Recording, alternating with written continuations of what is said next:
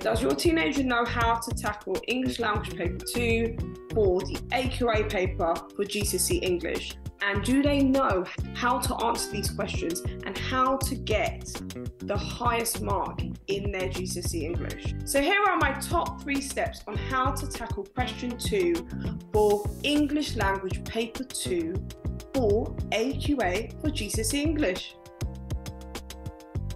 Hi guys, and welcome to my channel. This is Natalie Charmer from Charmer Tuition. I hope you guys are all well and you're having a fantastic day today. And don't forget to like, comment and subscribe to my channel and click on that notification bell so you'll be the first ones to know when I have my next video. As you know, we are in GCSE season and I am zooming in to particular topics on the GCSE English paper. And we are looking at English Language Paper 2. Now, I have got a series of English Language Paper 1, so please click on the link above and you can go to those videos as well if you need help in that area. But today we are looking at English Language Paper 2 for question 2. We've already looked at question 1, so also look at that video as well to find out how to tackle question 1. Now, how to tackle question 2. Now, question 2 is a brief summary of both extracts. So let's look at the key steps that your teenager needs to use for this question. For question 1, we only looked at one extract.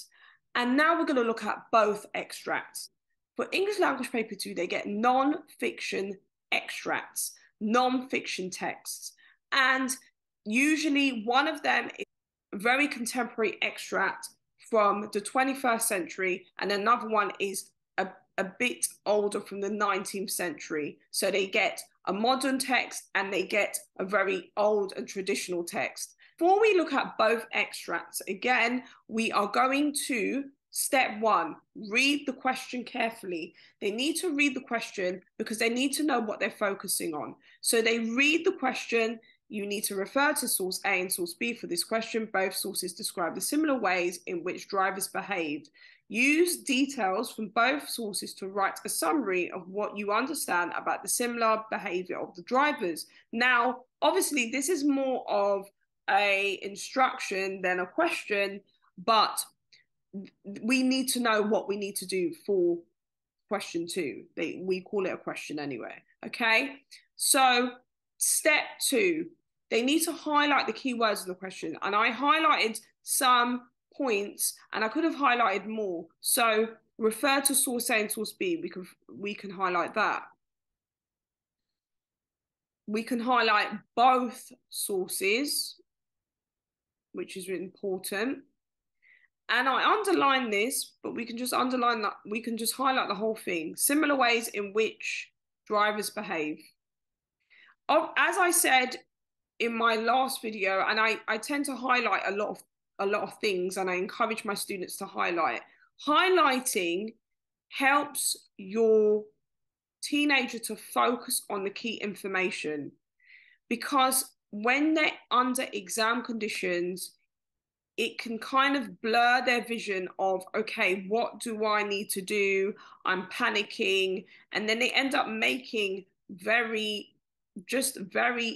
unfortunate errors. And we're trying to avoid that, okay? Okay, so these are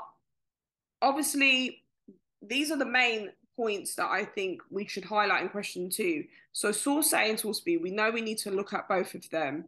Both sources, we need to refer to both of them. Similar ways in which drivers behave. Usually for question 2, it's either, as I said, an assessment objective is said, either they're looking at the similarities or differences or both. Now, they just want similarities. So that's going to help your teenager to understand, okay, that is what I'm focusing on.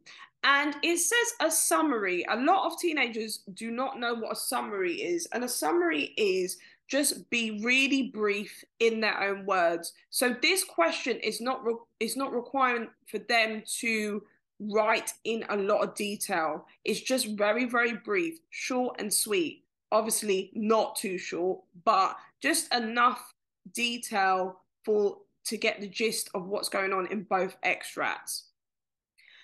Right, and step 3, read extracts A and B and highlight the similarities in both extracts. So you're going to go back up to the extracts and you're just going to highlight the similarities and differences in both of these extracts, okay?